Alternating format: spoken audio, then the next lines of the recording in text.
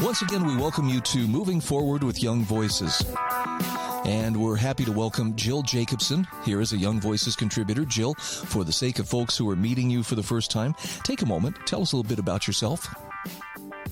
Sure. Thanks, Brian, for having me. I am a second-year law student at Boston College Law School and a contributor here at Young Voices, and I live in Boston, Massachusetts. Wonderful. We've got you here for a great topic today, too. I know that right now a very big issue is the matter of questionable material in school libraries. And this has sparked a number of pieces of legislation, some good, some bad. I was not aware of Texas's approach to this, but I'm looking at an article that you had written for, I believe it was for the Dallas Morning News, about the Reader Act. Could you walk us through what does that particular piece of legislation set out to do in response to concerns over inappropriate material in school libraries? Certainly, these pieces of legislation are sweeping the nation, and the Reader Act is one such example. Essentially, what it does is attempts to standardize school curriculum for Texas public schools with the goal of preventing sexually explicit material from entering the curriculum. So it has three parts. Part one is a blanket prohibition of sexually explicit material. Part two requires parental consent for what's called sexually relevant material, so not obscenity, but still sexual in nature. And part three is a rating system that requires vendors, so booksellers that want to sell books to Texas public schools, to assign a rating on whether they think that a piece of literature is sexually explicit, sexually relevant, or not at all. And that is up on a website for parents and administrators alike to see. Now, those three things that you mentioned really aren't problematic per se, but your article points out that constitutionally there are some issues with the Reader Act. What are those issues? Certainly. So the first two portions of the act are completely fine. Like I said, obscenity is not covered by the First Amendment. So restricting children's ability to view obscene materials is not unconstitutional. There is no First Amendment right that covers that. However, the First Amendment protects speech, but it also limits the government's ability to compel speech from private citizens and businesses. So it protects your ability to say what you'd like to say, but it also protects you from having the government force you to say something that you don't want to. And that's where the rating mechanism, this third part of the act, comes into play. So it requires bookstore vendors to assign a rating to the pieces of literature that they want to sell to Texas public schools. And that in and of itself is fine. But where things get problematic is that if the government, if the TEA disagrees with the rating that this bookseller has assigned a piece of literature, it can actually override it and provide its own rating. And interesting. That would be fine, too, if consumers and citizens knew that that's what was going on. What gets problematic is they're really representing the vendor's speech. So, if Bryan Booksellers assigned it a certain rating and the Texas government disagrees and it overrides it, the website still appears as though Bryan's Booksellers gave it this new updated rating. And that could potentially be compelled speech. Wow. There's so many angles to consider on this. I mean, it's not like, okay, it's just this cut and dried simple thing. We're just trying to keep inappropriate stuff out of kids' hands. Where's the equitable middle ground where people concerned about proper boundaries on reading material can have their concerns addressed without having to impose unnecessary limits on what other people see, read, or want for their kids? Certainly. And your question gets at the heart of these so-called book bans in general, and the Reader Act as well, which really is the question of who decides what's appropriate, who decides what students should read. And I think the Reader Act furthers the goal of really putting this in the hands of parents. Anything that is in a gray area or is certainly sexually explicit is not in school curriculums. Books aren't banned in the sense that they no longer exist, right? If you're a parent and for some reason you really are of the opinion that your child should read this, then you can go out to a bookstore and buy it for them. these titles just won't be in school curriculum where they're forced upon children with no parental input whatsoever. Wow. Okay, now I'm going to float something kind of radical out there. You feel free to swat this down if you want to. It seems to me that the biggest blanket solution that I can think of would be in some way if we could separate school and state. In other words, if education was more privatized, parents would have absolute say over the kind of materials that their children were exposed to. Some parents would be totally okay with some of the, more questionable books that some of us are saying, I wouldn't want my kids being given that. Is that a reasonable approach? Tell me, am I being extremist? You're not going to hurt my feelings. No, I mean, I think that's an approach that we're seeing, right? I think parents who are financially able to leave the public school system are doing so. School choice is gaining traction all over the country. And I think it's for that reason that in states that are not placing guardrails on the curriculum, parents sort of feel like they're at the whim of these increasingly politicized administrators, and they are voting with their feet, so to speak, and trying to place their kids in alternative educational environments. I think that is a totally legitimate hypothetical and one that we're actually seeing play out in real time. And I love that you identified it's that increasingly politicized school boards and administrators. I don't know what the solution is to something like that, because it seems like once something has become entangled with politics, it really just kind of becomes a power struggle from that point forward. I'm not sure how that process can be reversed. And I don't think it necessarily has to be, in the sense that educational institutions are supposed to be laboratories for ideas. We're supposed to discuss politics and culture and social issues and all of these things. However, that doesn't necessarily include sexual obscene content, right? Which is why, Texas's Reader Act is very narrowly tailored. It is confined only to sexually explicit content. And we don't see that in a lot of states where they're, for lack of a better word, book ban does include other types of material, but we're really not seeing that with this bill. So are there any other states out there that are doing a better job, in your opinion, of approaching this? Have you had a chance to look at what some of the other solutions are being proffered elsewhere? So, interestingly enough, despite my legal critique of this act, I actually think its goals are quite commendable. And much of the act, I think, is actually well constructed in that it is narrowly tailored to protecting children from sexually explicit content. And it doesn't get into more of the subjective political censorship that we see with other so-called book bans. So in that way, I really think this is actually a good example of how to put legislative guardrails on school curriculum.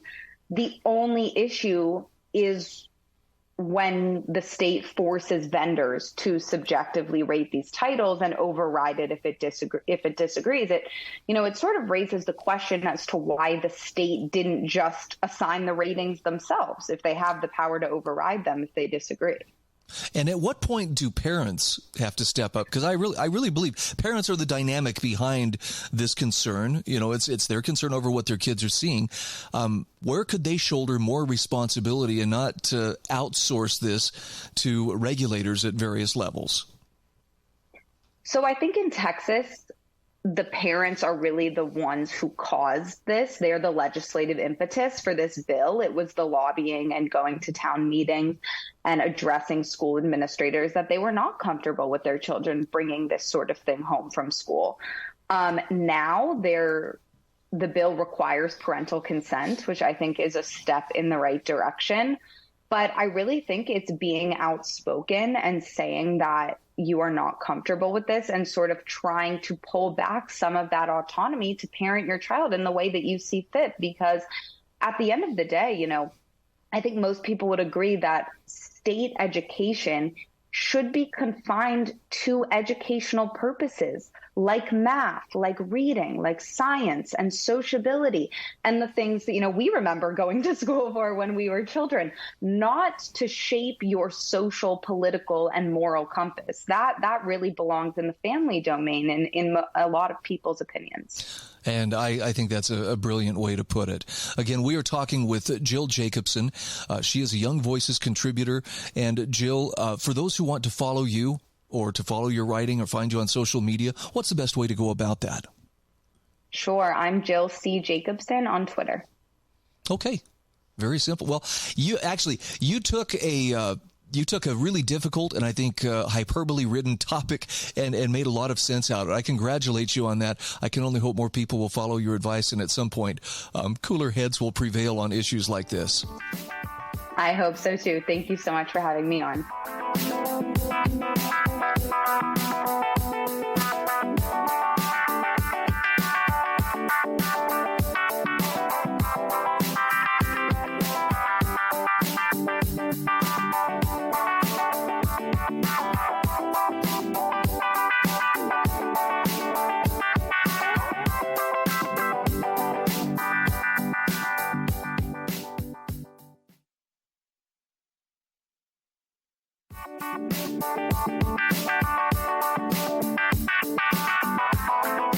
Welcome back to Moving Forward with Young Voices. We're very happy to welcome Young Voices contributor Nathalie Voit to the program. Nathalie, always great to get to meet the contributors to Young Voices. And for those meeting you for the first time, take a second to tell us who you are and what you do.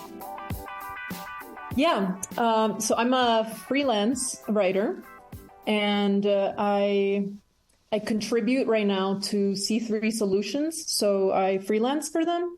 And I am also in the Young Voices program. I'm trying to expand my platforms that I write for.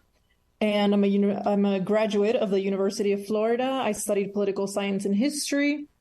But I realized after college that I actually really enjoy writing. So right now I'm learning more about opinion pieces. All my life I studied academic writing, but I am trying to establish myself basically as a journalist. Well, I've really enjoyed an article of yours that I just read about affirmative action is gone. Now let's end legacy admissions. This is kind of a big deal. And for those who weren't paying attention, it was not so long ago the Supreme Court put an end to affirmative action. Maybe we could walk through what that decision entailed, and then let's talk about how some universities, especially elite universities, still manage to kind of skirt that prohibition of affirmative action through legacy admissions and how that works. Yeah. So after the Supreme Court abolished affirmative action on June 29th, the entire college admissions process came under scrutiny. So it revived the legitimacy of the entire process writ large.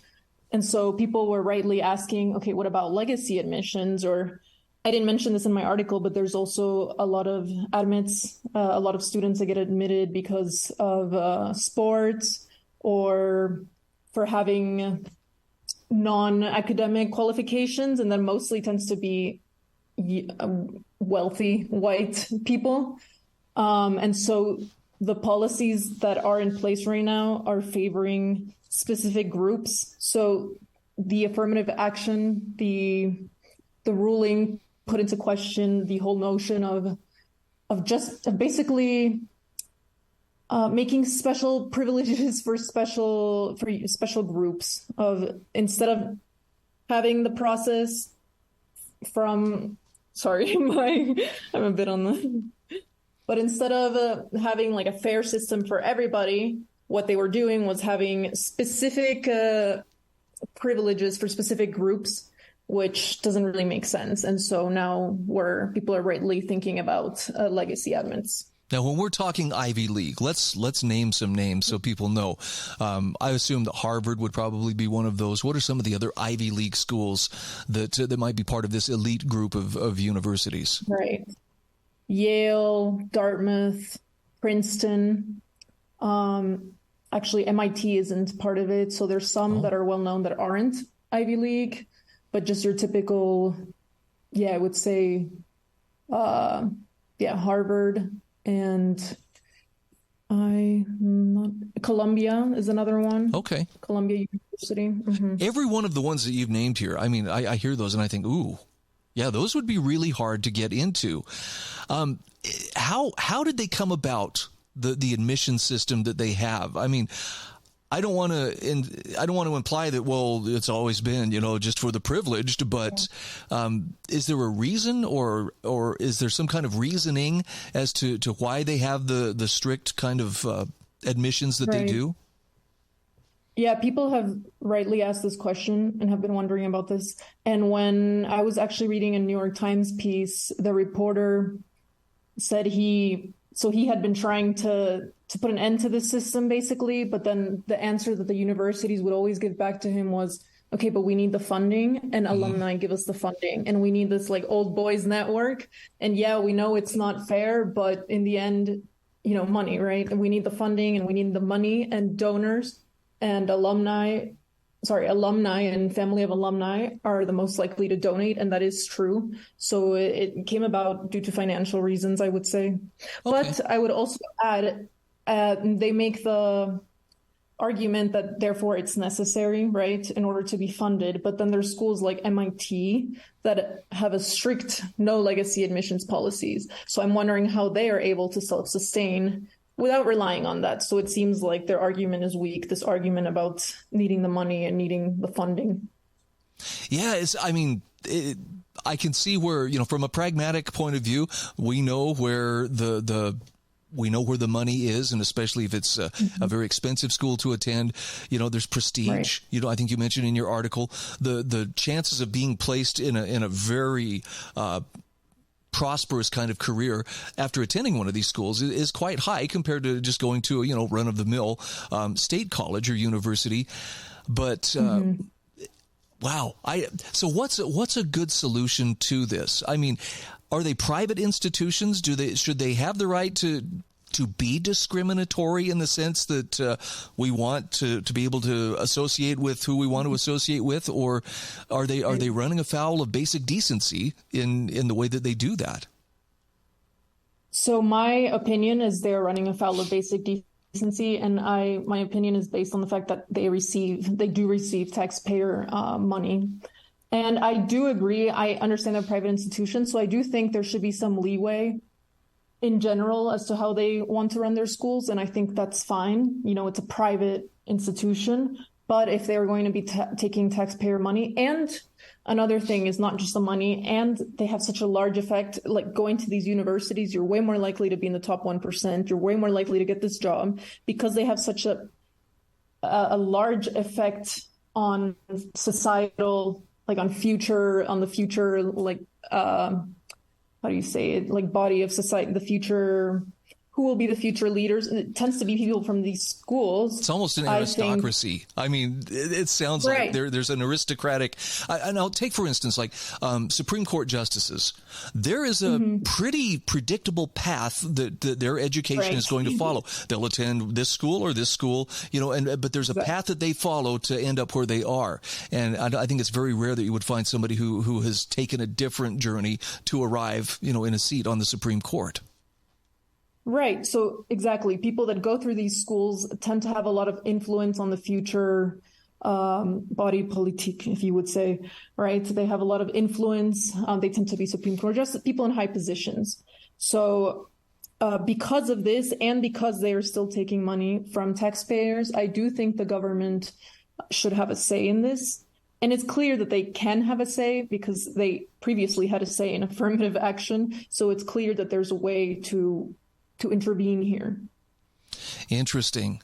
I mean, I don't want to sound like I'm, railing against the rich, but it sure seems like this has worked out nicely for those with the means and the connections to send their kids to these schools. And I'm sure for some it's just tradition, but that does seem to lend itself towards creating different tiers of society. And I'm not so sure that's a great idea.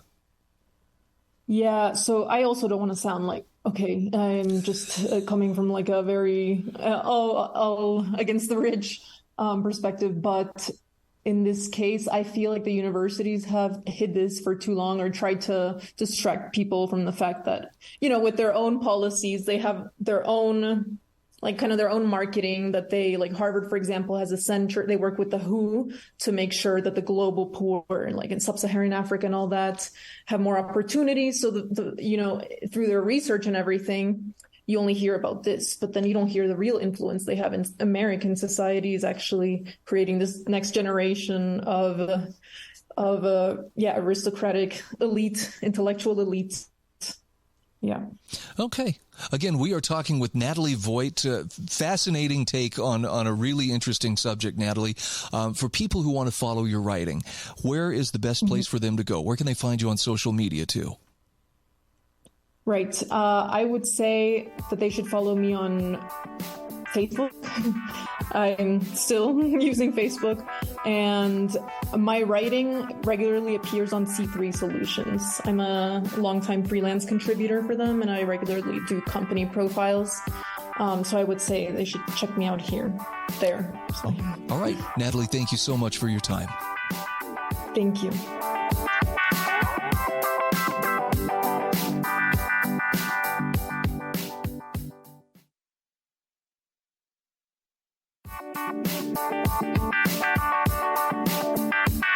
And we are back. This is Moving Forward with Young Voices. Hey, we're happy to welcome Peter Clark to the program. Peter is a Young Voices contributor. And Peter, I'd love for you to take just a moment to tell us just a little bit about yourself, if you would. Certainly, Brian. It's a pleasure to be on the show. Hey, my name is Peter Clark. By day, I have a corporate job, and then by night, I moonlight as an independent writer and researcher. So I like to consider myself kind of like the Clark Kent of like individual liberty when it comes to consumer choice matters. So, well, we've got a doozy of consumer choice to talk about today.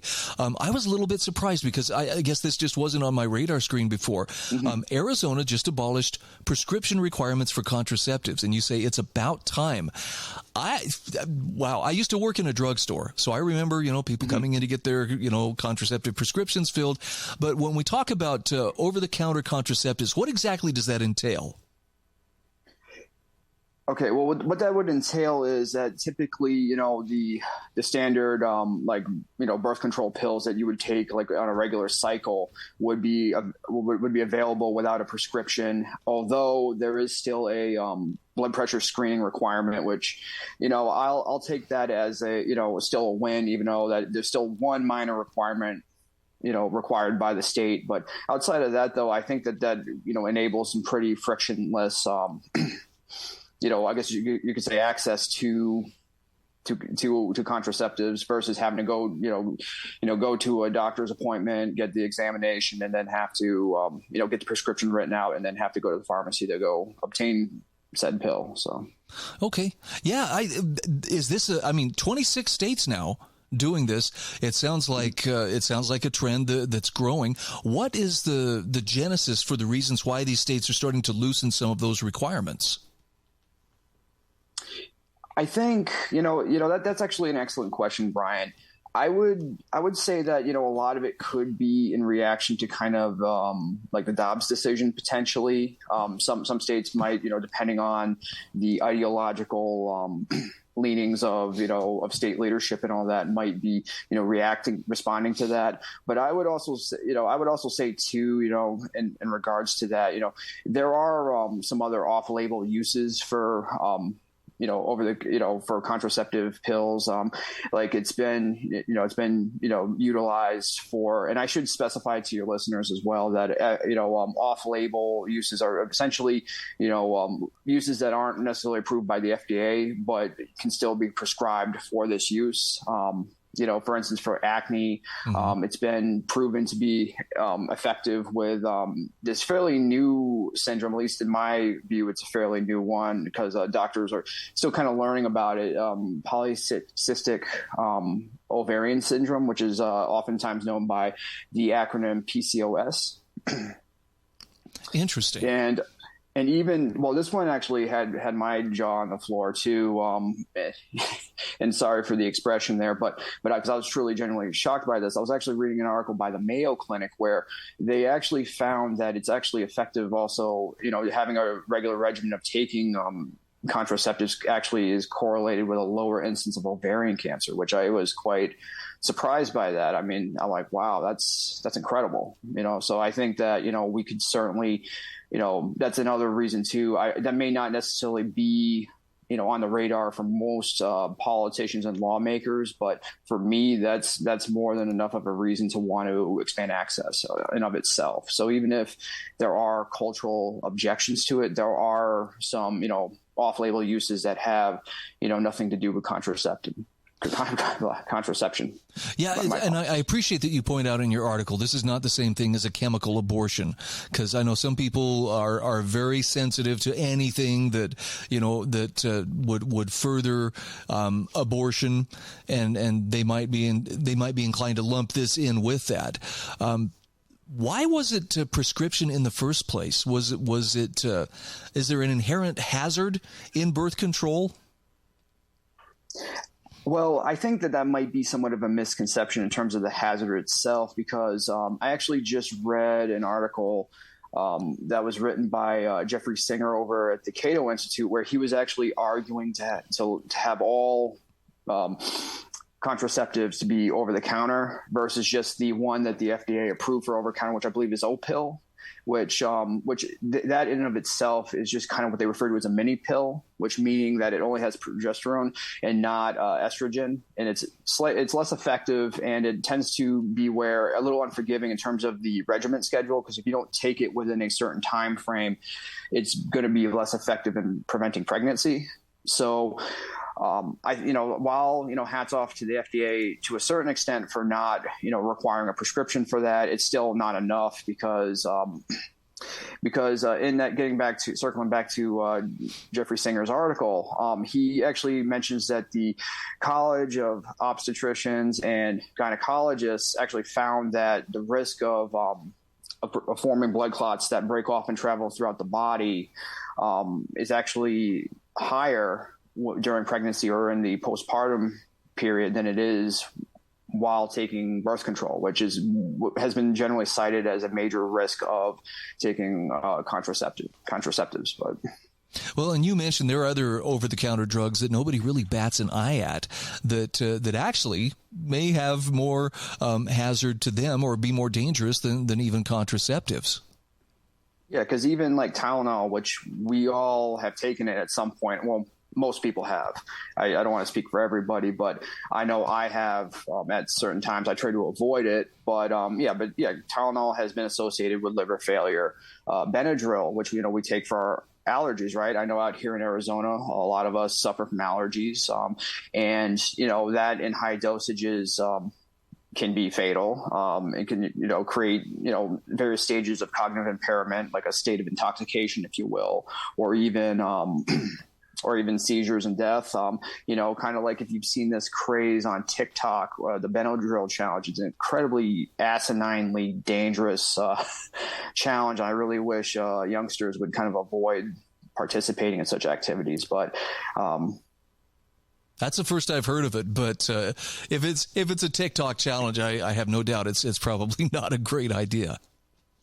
Certainly not. And I'd advise if you have any younger listeners out there to avoid such challenges, but if we can have such over-the-counter drugs easily available, I don't see why we couldn't have over-the-counter contraception available as well.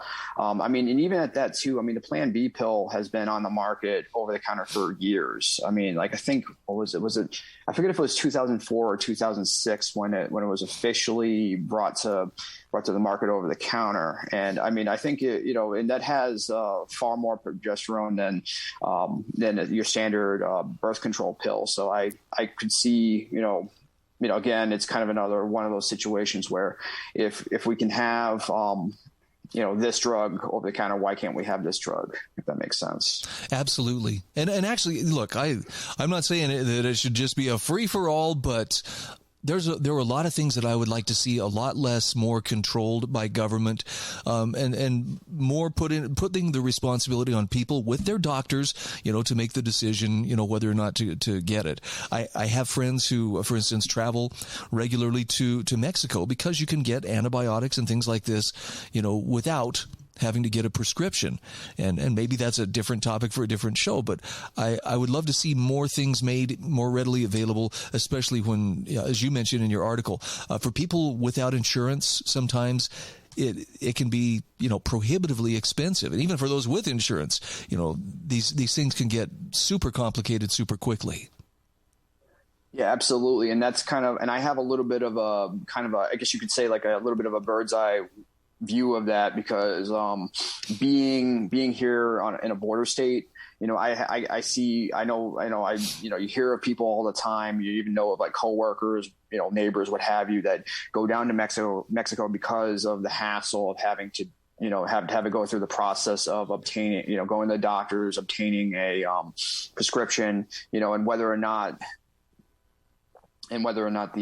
there is actually a good cause for it. So where does this go from here? Are more states likely to start loosening controls on birth control, or at least making more options available over the counter? Does this appear to be a trend that could go nationwide? I think that it is it's a trend that you'll see probably more so, I think, in more blue states, I would say. Now, Arizona isn't necessarily a blue state, in my opinion, but it has a little bit of a mixed, political culture. But I think, definitely you'll probably see it more prevalent in blue states. But maybe someday you'll see it across the nation. But I think it's going to be kind of more in a, your typical federalist style, much how like we had with marijuana legalization. So, and I think that's, not a bad way to approach it. So. Okay. Well, it's good to hear about medical liberty moving forward. Again, we're talking with Peter Clark. Peter, for those who want to follow you on social media or otherwise follow your writings, where can they do that? Follow me on the Twitterverse at blog_logic. And hey, feel free to reach out. Have any questions, concerns about my work, please let me know.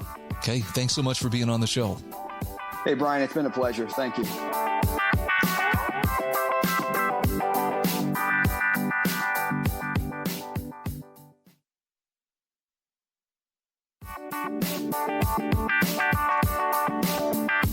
And welcome back to Moving Forward with Young Voices. This is our fourth and final segment today. Happy to welcome Jonathan W. Plante. He's a PhD candidate at George Mason University and also a Young Voices contributor. And Jonathan, I'm sure I'm probably leaving out a few essential details. Take a moment here and tell us a little bit about who you are and what you do. Yeah, of course. Yeah, thank you so much. I really appreciate you having me on today. Yeah, so I am, as you had just said, a PhD candidate in economics at George Mason University. I also am a research intern currently at the Cato Institute, and will be starting a position as a regulatory economist at the Office of Advocacy at the Small Business Administration. So I have a lot of, more credentials and experience for economics, which is why I had written this piece that I'll be talking with you about today. Okay, no, I'm not a smoker, so I didn't realize that, I didn't know that there was a pending ban from the FDA on menthol cigarettes. And tell me about, has this been something that's been in the works for a while, or is this something that just kind of suddenly has come forward and is likely to become a reality? Yeah, so I also am not a smoker. I mean, I'll have the occasional cigar, but I mean, I really don't smoke cigarettes. I more so choose not to for my own health reasons. But to answer your actual question, yes, it has been in the works for some time. It's been around for a couple of years, and there have been some organizations that have been lobbying or trying to push some advocacy on the part of consumers to go to politicians to try to change some of the rules that we have on cigarettes, and in particular on menthol cigarettes. So why menthol? I'm happy. Why is menthol a target? So there's a couple of reasons. Yeah, so there's a couple of reasons why menthol. So first, I, again, have never smoked a cigarette, but according to some research by the Food and Drug Administration, or the FDA, menthol makes cigarettes easier to smoke, because if you don't have menthol, or have this kind of filter that has that menthol kind of like taste to it, it can be a very harsh taste, and it can be very hard to inhale and then smoke the tobacco. So for this reason, there's this ban that is being pushed, because if we can try to reduce the amount of menthol that is out in cigarettes, then we can supposedly stop people from smoking, which can then prevent some deaths and prevent people from getting addicted to cigarettes. So that's the reason why behind it. It's more that it makes cigarettes easier to smoke, and thus, as a result, it can make people get more addicted, which can cause some deaths if it's not addressed. So I'm going to run that through my translator, and this is from years of having, studied bureaucratic language. It sounds a lot like what they're trying to say is, look, we're not trying to take away smoking. We're just trying to make this particular kind of smoking as unpleasant as possible. So to discourage people from smoking. Yeah. So, essentially, and I mean, to your point, yes, it is trying to discourage certain people, and it's kind of interesting how you brought that up. And from what I saw in my research, the supposed target for this is to stop certain minority groups, people who are in the Black and African American type communities, because according to the FDA, these people are the ones that typically are the ones who are getting menthol cigarettes. And also, there were, according to the FDA again, there were some advertisements that came out in the 1980s and 1990s that were targeted to Black communities with the new menthol type cigarettes. So it seems like there is this kind of, I guess, like white horse kind of mission on behalf of the bureaucrats, but there seems to be a little bit more happening here also. Interesting. Now, in spite of the fact that neither you nor I smoke, I would wager we're probably on the same page when it comes to the idea that prohibition, whether it be of alcohol or whether it be of menthol cigarettes, does not do away with the demand for something that obviously people want and are willing to pay to get. Talk to me about how this could actually increase profits for the cartels and actually increase crime at the same time. Yeah, so great question. So I'm going to start with the first half of what you said. So as you had started off, just because we make something illegal, that will not stop the quantity demanded for something. And I use that term very specifically, quantity demanded, meaning that we're not going to see anyone who really want cigarettes, whether they are addicted or they just really enjoy them. We will not see that total number actually decrease. And there is a whole literature out there, not just on cigarettes, not just on alcohol, but really any type of consumer good or service that has been outlawed or has had some kind of, quote, sin tax on it. We still see that consumer demand stay the same. So because of this, what happens instead is we have to go to the supply side. certain people don't want to obviously get in trouble. They don't want to get fined. They don't want to go out of business. So on the supply side, we won't see as much of certain types of producers still manufacturing and distributing cigarettes, but there are some groups, and as you said, cartels who specialize in smuggling, who specialize in still manufacturing and then distributing certain types of goods, which can include some drugs, but also some cigarettes. Sometimes in the past, it's also been bootlegged alcohol as well. So they can do this because they being the cartels have the equipment and have the assets to smuggle goods, because they have guns, they have a lot of channels to be able to bring any kind of illegal substance around. So because they have this kind of a dual good of both crime and these illegal drugs, they have to kind of come together. They're, in economic terms, almost like they're a complement. So they can bring in or smuggle certain types of goods, in this case, the illegal, if the ban passes, these illegal menthol cigarettes. But with that, we will see an increase in crime.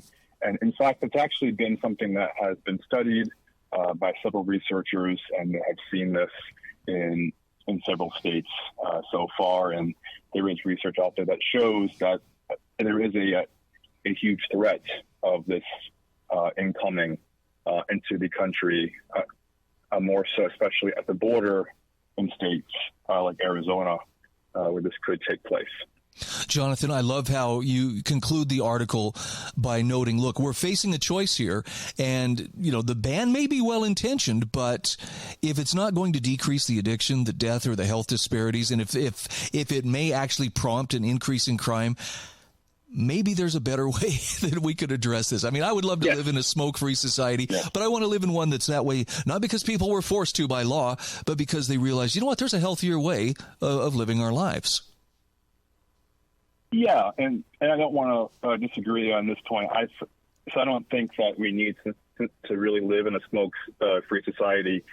Maybe we could just try to find a better way to what you said earlier, just try to decrease the disparities in certain minority groups, and also in children who are getting addicted, and then decreasing the number of deaths. But there has to be some better way of doing this than just trying to outlaw. I got to jump in here, Jonathan. We are up against the clock, and I won't deny you your cigar either. I know those are good things. Jonathan Plante with Young Voices, thank you so much for being on the show.